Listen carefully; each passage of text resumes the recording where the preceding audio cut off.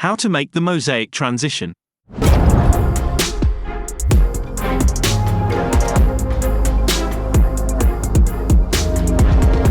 Today's video is sponsored by the best rapper of all time.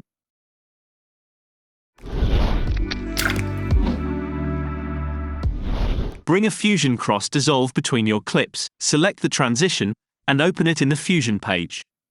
Double-click the transition node to open it, expand the box area, select the dissolve, and change the operation to gradient wipe. Click in any empty spot inside this transition box. Add a fast noise node and drag it to the left viewer. Increase the seethe rate and the contrast slider. Bring a mosaic blur node after the fast noise. Bring down the pixel frequency slider to your liking. With lower values you get bigger size. Unfortunately, this will not work for every part of your body. Anyway, you never use other parts. Connect the mosaic blur node to the pink point of the dissolve.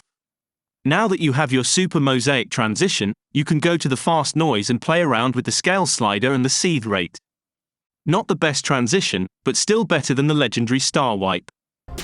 If you like this clip, subscribe to this channel. If you didn't, nobody cares about your feelings.